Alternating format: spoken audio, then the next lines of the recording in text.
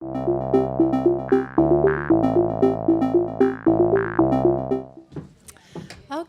thank you very much, Jeff. And hi, everyone. I tend to get a lot of thumbs up when I give presentations, not because people are enjoying what I say, but because they can't hear me. So if you have any problems hearing me, please do feel free to do that, and I'll try and speak even louder. But yeah, thank you so much for having me. It is great to be here and to share with you some preliminary findings I have from a research project on new entrepreneurs. And it's a project that I've been working on for the past 12 months together with Jana, Raver. And so what I'm going to do is basically take you through these findings, and Kevin is going to jump in throughout and give you some comments on how this relates to his practical experience. And I really hope that if you have any questions or comments throughout this presentation, please feel free to interrupt, and we'll make sure that one of us will run out with a microphone, and we can hopefully make this both interactive and informative for everyone. Okay, so let me jump right in. Basically, in line with what we've talked about today, entrepreneurship plays an important role for economic development, particularly in terms of its role on employment creation and innovation rates. And so for that reason, it's quite critical to also understand why is it that some people are successful when it comes to becoming an entrepreneur, and what is it that makes certain people neglect or fail at this type of opportunity?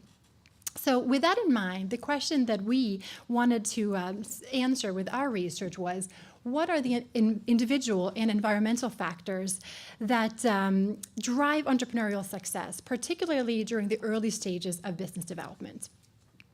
And there's actually relatively little research on new entrepreneurs, and for a pretty simple reason. It's hard to catch entrepreneurs before they become entrepreneurs.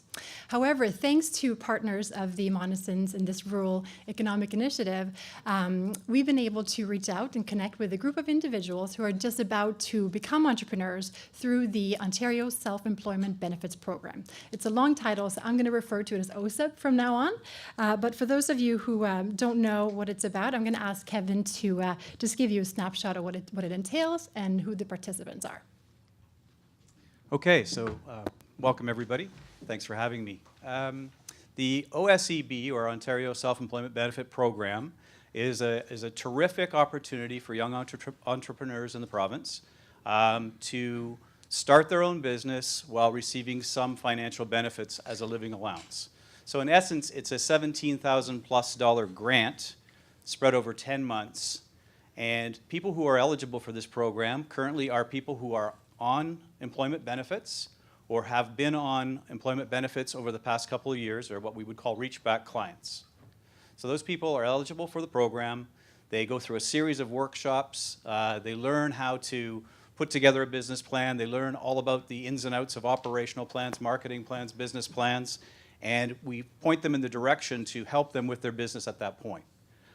We at the EBRC, which is Elgin Business Resource Centre in St. Thomas, Ontario, or the GSTA as we like to call it, have evolved this and continue to evolve this. It's not perfect. We offer an awful lot of other services, but we do have the ability for new startups to get loans from us. We have the ability to work with different programs. We are funded both federally, provincially, by the community, and by private investors. We have an incubator that over the last 3 years has already churned out some 3-year graduates from that program. So it's all in and around this OSEB program that Ingrid is going to talk about. So Thank you. So yeah, basically to collect data for this research, we partnered with 10 different OSEB providers. 7 of those were CFDCs, and many of those representatives are here today. So thank you very much for your support with this project. And 3 other organizations, I couldn't quite decide how to describe them. So one was private, one was public, and one was a charitable organization. Basically, what these OSEB providers did, they very generously invited me to come in to their program, to meet with their participants, and to ask them to participate in my research.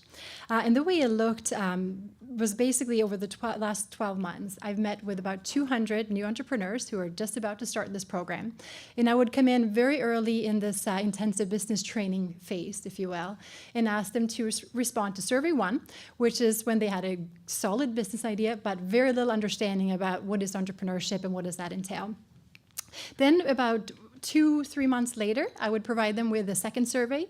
At that point, they had a business plan in place, but they understood what the reality was going to be as an entrepreneur, but hadn't necessarily started their business yet. And then time 3, I asked them to respond to a final survey about 6 months later when we're in the midst of running their business. So basically, out of the 200 invited new entrepreneurs, 195 responded to my first survey, 160 to my second, and I'm still in the process of collecting data for this final survey. So to date, I have 85 participants, and those are the results that I will share with you today. So it is still ongoing, but to give you a bit of a sneak preview.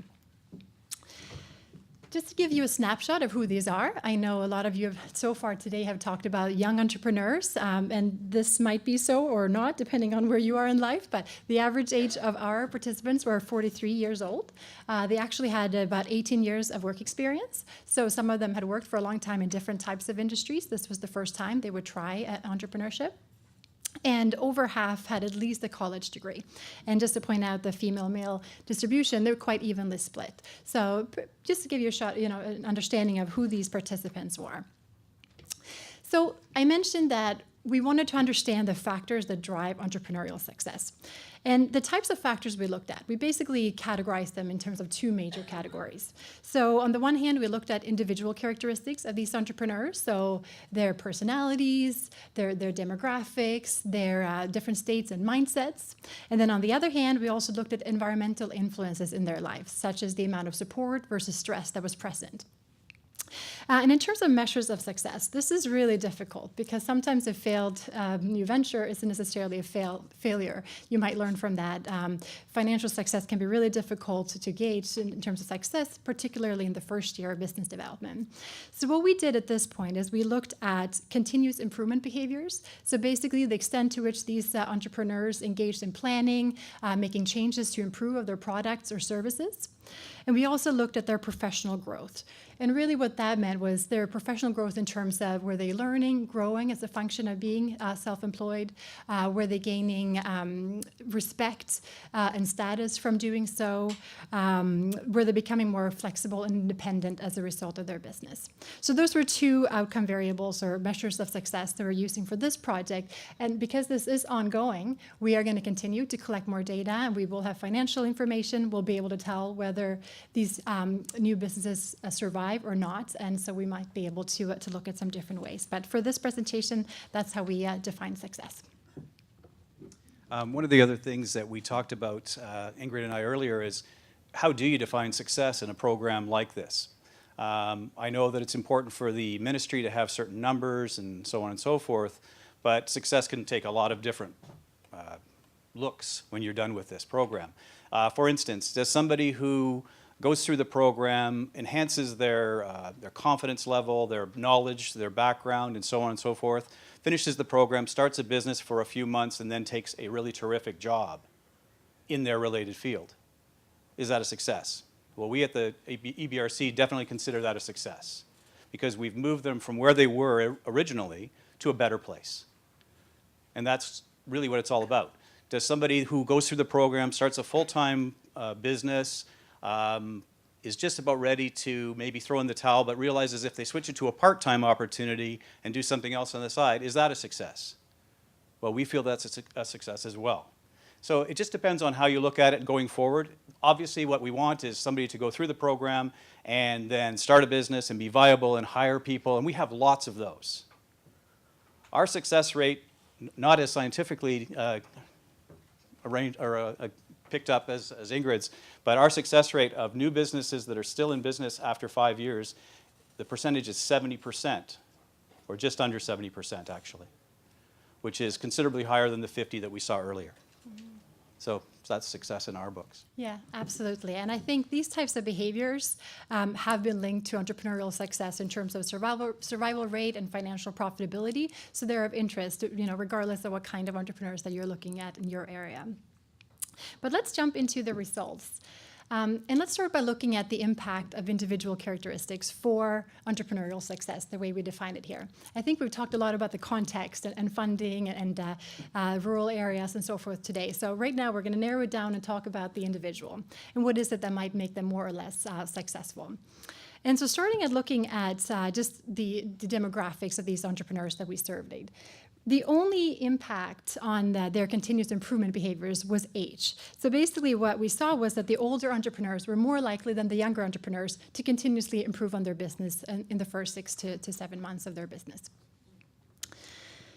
When we looked at these same set of variables and compared it to does it make them grow more as professionals, the only impact we saw was on gender, where women expressed experiencing more professional growth and that they felt they were gaining more respect, higher status, and a bit more flexibility in running their own businesses. So other than that, we didn't see any effects of the demographics.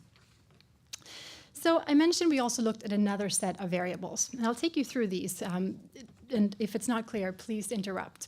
But basically we started to look at some personality variables. We wanted to understand if entrepreneurs who are more proactive, the ones that are more proactive in seeking out opportunities, if they're more successful, if those individuals or entrepreneurs who have higher levels of positive affect, which really just means they're generally more positive in life.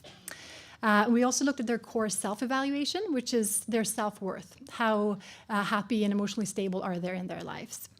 And then other than that, we wanted to look at not just personality traits, because those can't necessarily change. We tend to be stuck with them. We wanted to look at certain characteristics that are more changeable. So for example, we looked at these entrepreneurs' learning orientations, so the ones that are more motivated and driven by learning. And we also looked at their psychological capital.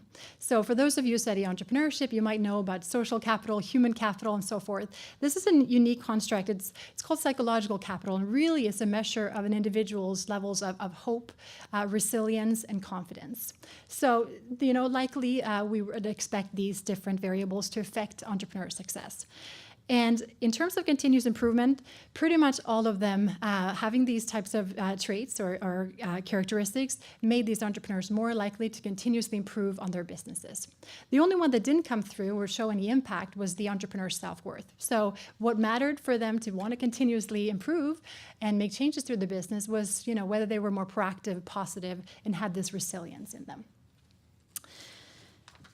Similarly, when we looked at the impact of these characteristics for the entrepreneur's professional growth, we saw that pretty much all the variables made the entrepreneurs more likely to experience professional growth, except for learning orientation.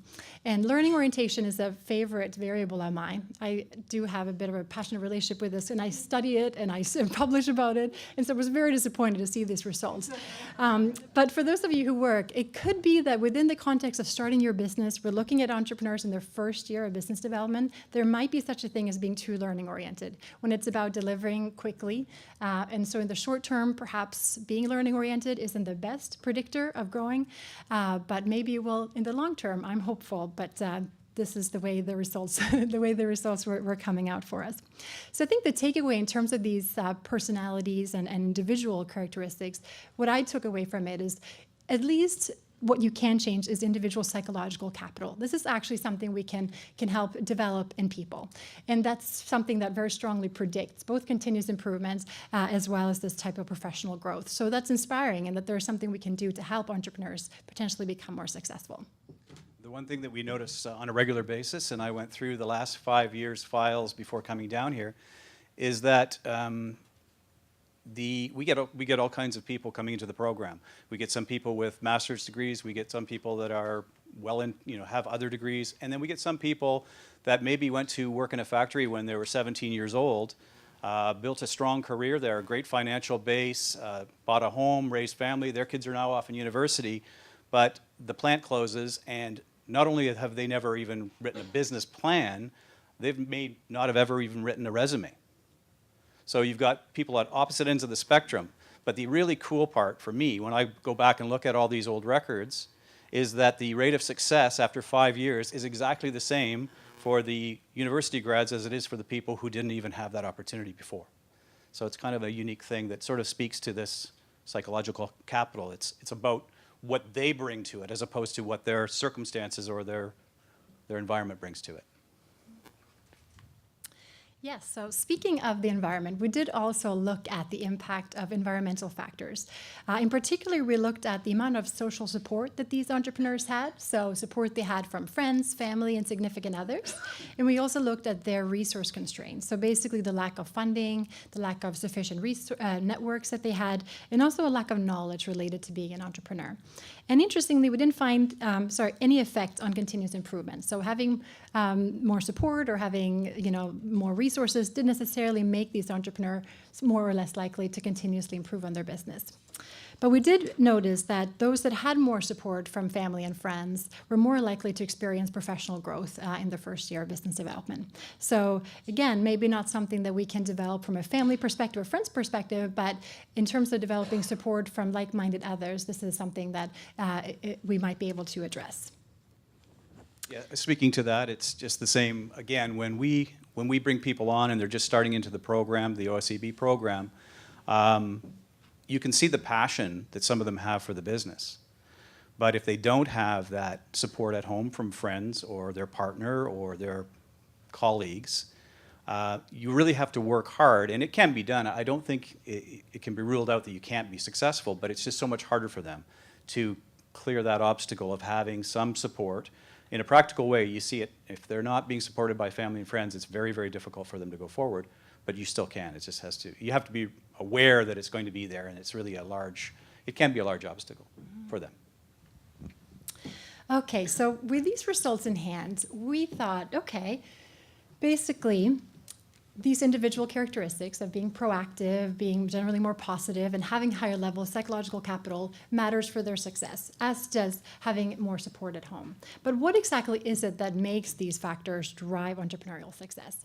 And what we found was that these characteristics and environmental influences made the entrepreneurs more likely to view the obstacles and difficulties in their lives as challenges rather than threats. Simply put, facing difficulties to these entrepreneurs, it was a challenge that they could overcome, that they can learn from, and that in turn predicted their success. Other entrepreneurs were more likely to look at it as a threat that, this is not going to work, this is something that's going to make me fail, or this is, going to damage my results in the long term. Having that type of mindset instead made them less likely to succeed. And again, I think that makes sense, but it's also inspiring in terms of nurturing resilient entrepreneurs, as per my title here, that these types of mindsets is something that we can change. It might come with experience, as some of you have mentioned. Being an entrepreneur is about failing as many times as you succeed, and you might develop that frame of mind or that mindset in the process. But if not, if you don't have that those years of experience before, and you're new entrepreneurs, in terms of programs helping these entrepreneurs succeed, this type of mindset can be developed. So I thought that was pretty, inspiring moving forward. I have really nothing else to add at this point. I don't know where you want to go with questions, or? Yeah, let's take a pause and see if there are any questions at this point. And I'll get to run around with the mic. I've been wanting to do this all day. Don't let him down. Come on. Where was No that question. hand? Oh, okay. Do you have any statistics on the people that were actually laid off, downsized, or lost their jobs that start this program as opposed to people that were somewhere else? Because obviously St. Thomas would have that, right? Do you want me to answer that? Yeah. The vast majority of the people that we see are from plants that have closed.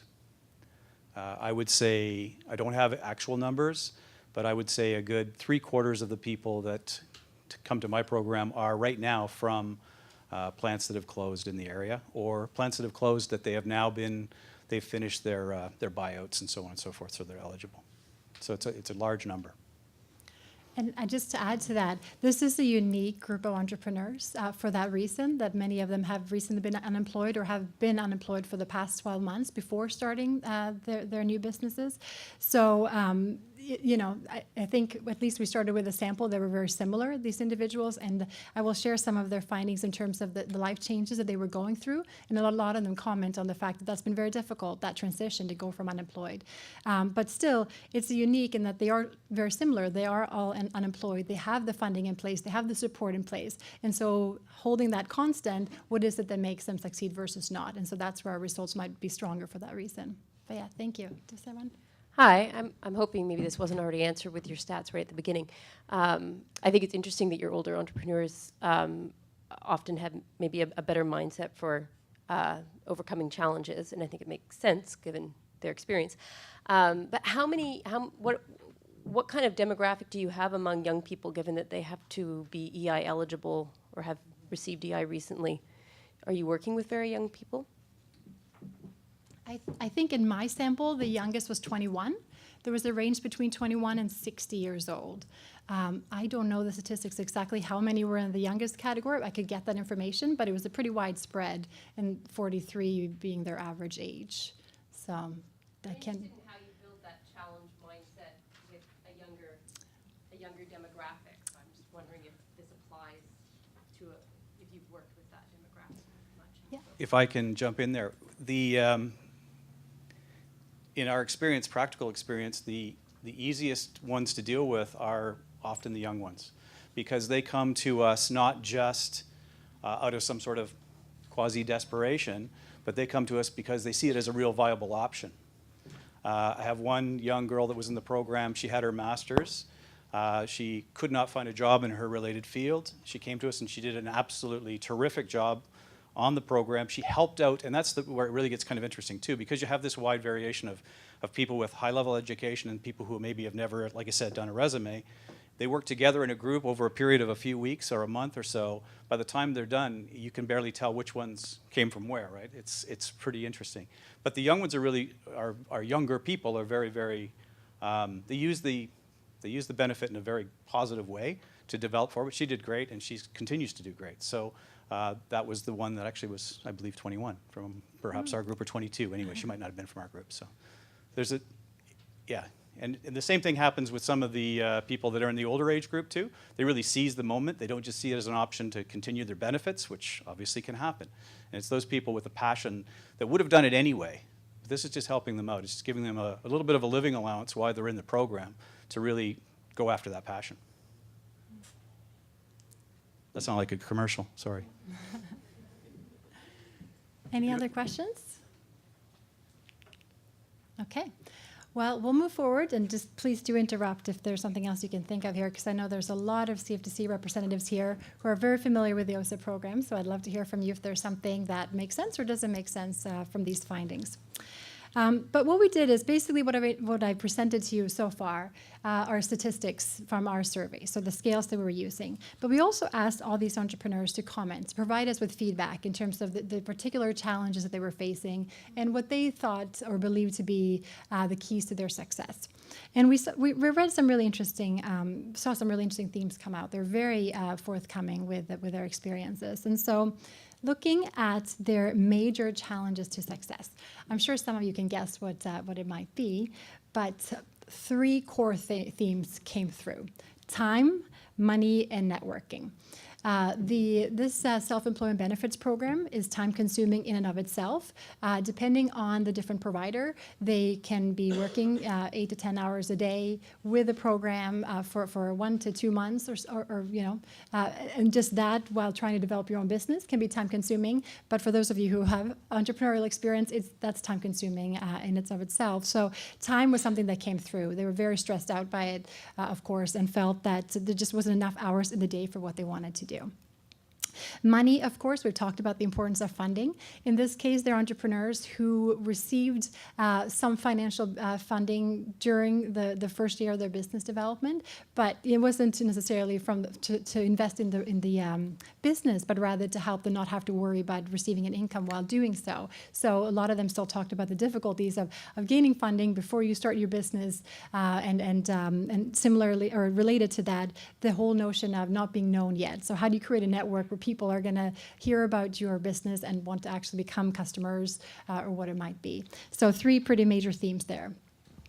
One of the, somebody asked me at lunch, when somebody leaves the program, what's the biggest reason for people leaving the program that are already in it? And this sort of encompasses all of them. What you find is that many of these people, they may have a passion for something. They're going to build widgets and they really want to build widgets because they love doing it. But what they don't realize is all the other hats they have to wear. And we try to make them realize that, of course, as they go through the workshops and develop their business plan and so on and so forth. But they're not all cut out to do so. And that's where I get back to that other success situation, because maybe they get into their new business and they've got their new startup business going, but they realize, you know what, just isn't for me. But they've still gained all that other knowledge, all that other background, and they're in a much better position to go out and look for work.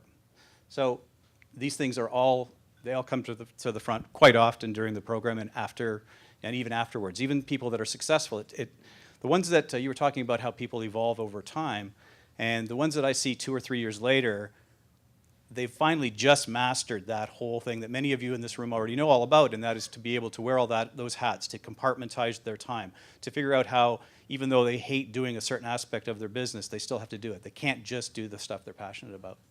And I find that that's the biggest stumbling block for many of them.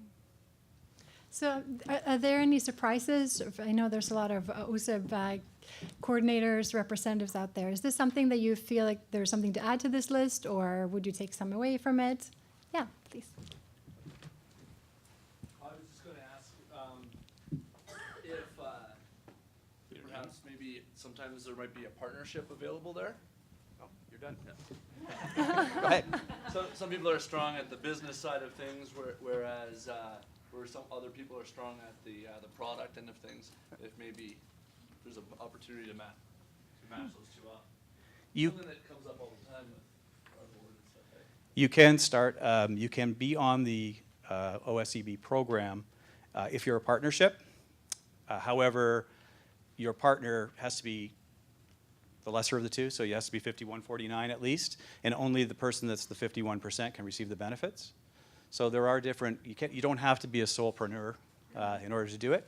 So you can do that as well. It just has to be structured in a way that is compliant with the ministry's guidelines. Does that make sense? Yeah, and I think the OSIP program is really set up to help people develop the skills needed especially for the areas that they're not comfortable with.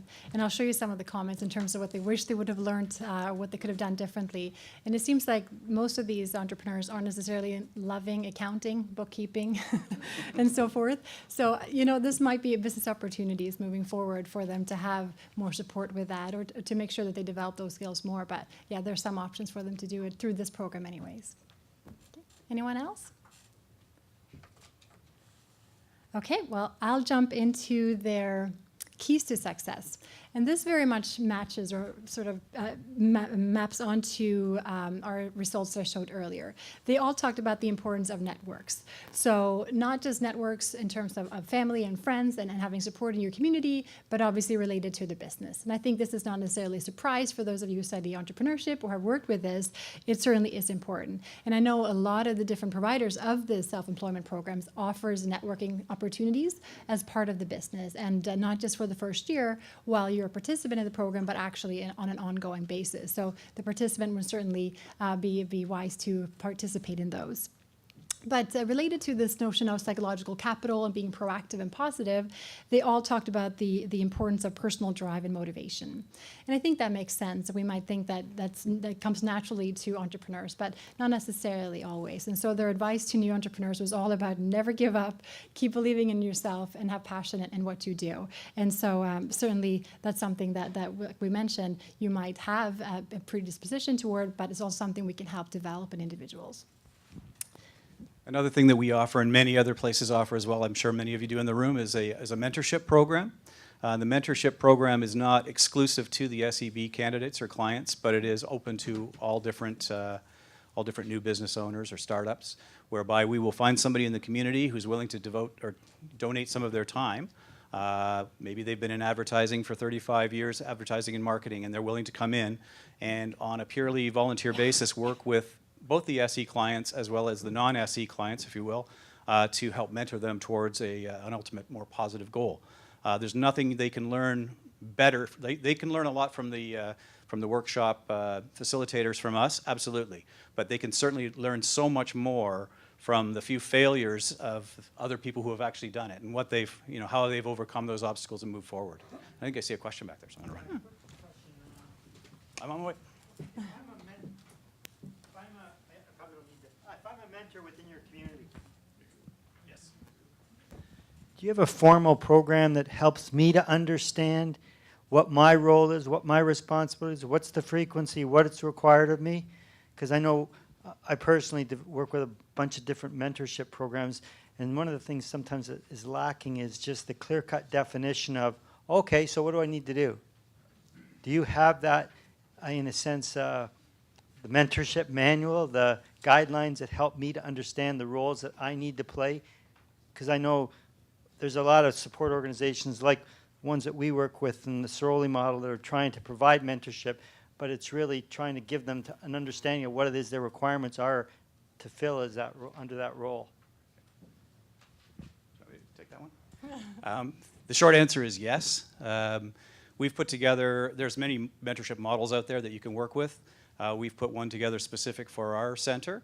Not only is it clearly defined what the mentor, what is expected from the mentor, but what is also expected from the mentee. So we know what both sides are supposed to be, there's guidelines there.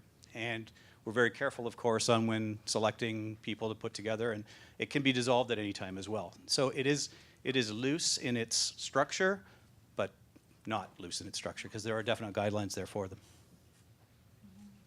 Anybody else while I'm out here? Oh.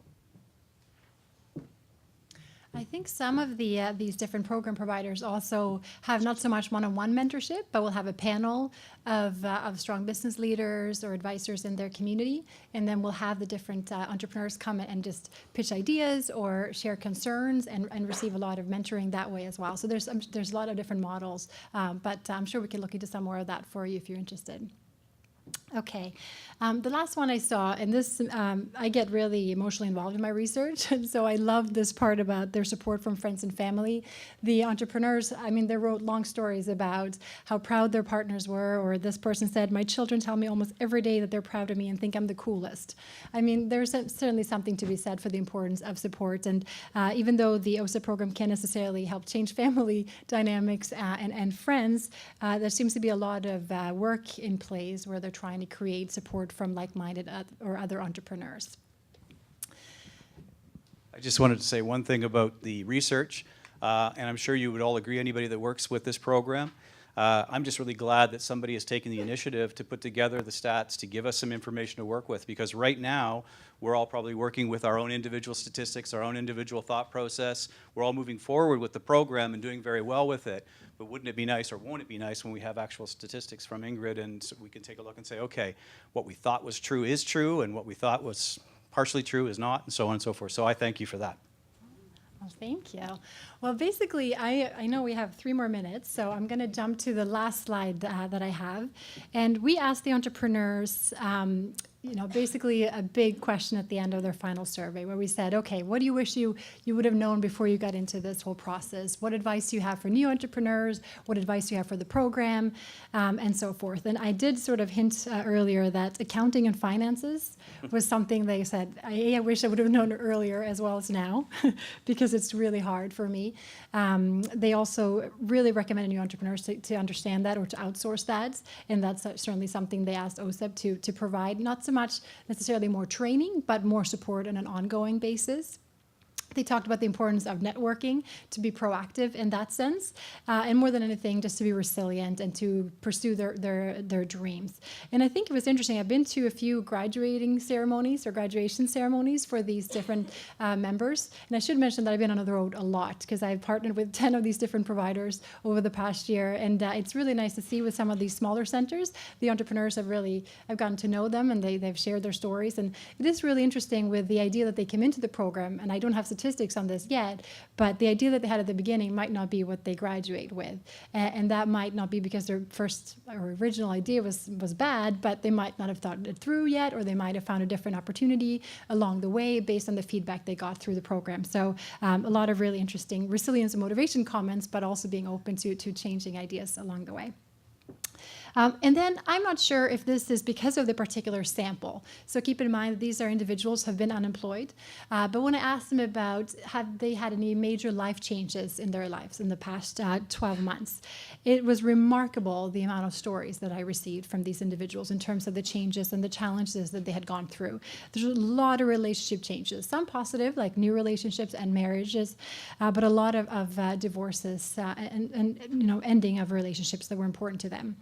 There's a lot of pregnancies, and maybe when you're pregnant or you have a young baby, especially women, sometimes feel like this is a good time to start a new career, and that might have been it. But there was a lot of concerns about, who's going to help me take care of my children when I'm doing this, and then finally health issues, not just their own, but their families. And so it just speaks to the idea of being an entrepreneur. You're one individual and your business, but there's so many other components or parts involved. And so this might be an area where rural communities or the OSIP program can help find support, because they certainly express needing help with this aspect of it.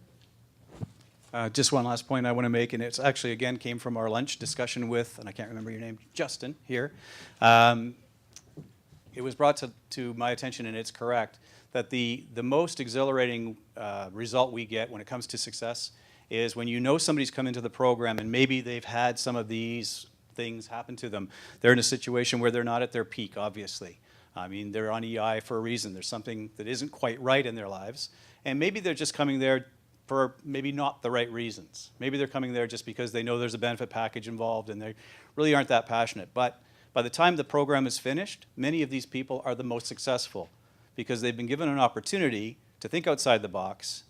Somebody's not telling them they can't do that or they can't do this, or they haven't just come from horrible relationships where people are constantly in a negative mode. So it's really great to see those people that come there sort of as a last resort, not really believing in themselves, leave the program with solid businesses that are still around after 5 years. So that's pretty cool.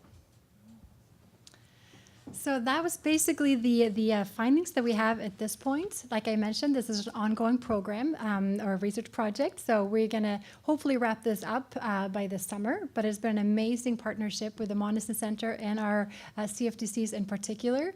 Thanks to you guys, I will graduate this summer, as you heard. So I am very, very pleased for personal reasons as well. But it's been an amazing journey to be part of this. And I wish the OSIP program the best moving forward. And I certainly will have a lot more information about this once the data collection is complete.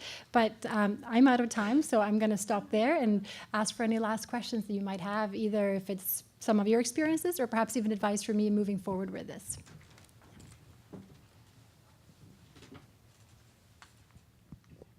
Ingrid, you shared with us some of the findings from the comments from the participants on changing the program.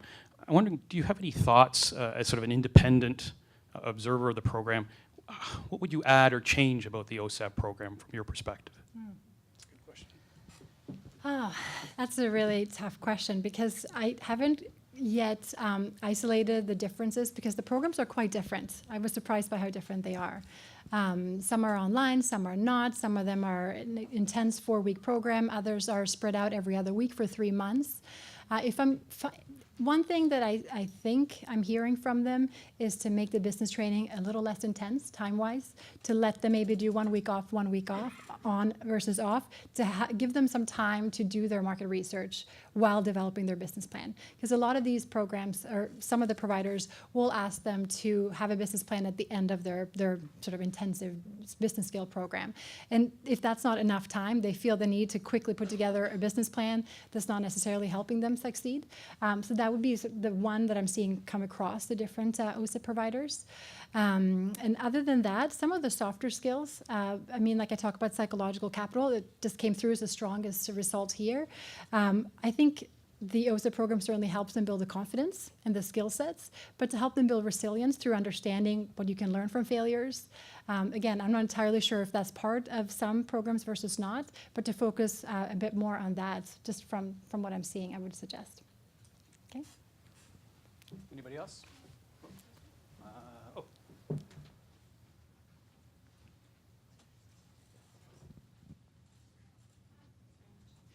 Very interesting study that's being done. You working with all these partners and looking at the program. Is the Ontario Self-Employment Benefit Program themselves aware of your research? And when you're done, will it be a report that will be going to them? Will they be taking a look at your findings? I hope so. The reason I got involved in the first place, actually, Craig Durshaden was helping me. Dan Borowick got me in touch with the MTCU, Robert Dupuy, I believe I'm saying correctly, Robert Dupuy. He was one of the sort of key players there. And so we met with him and some of his team members, and they're very excited about this research because they mentioned the government hasn't actually evaluated this program for a very long time. In terms of, is there anything we should do differently or can we improve of anything?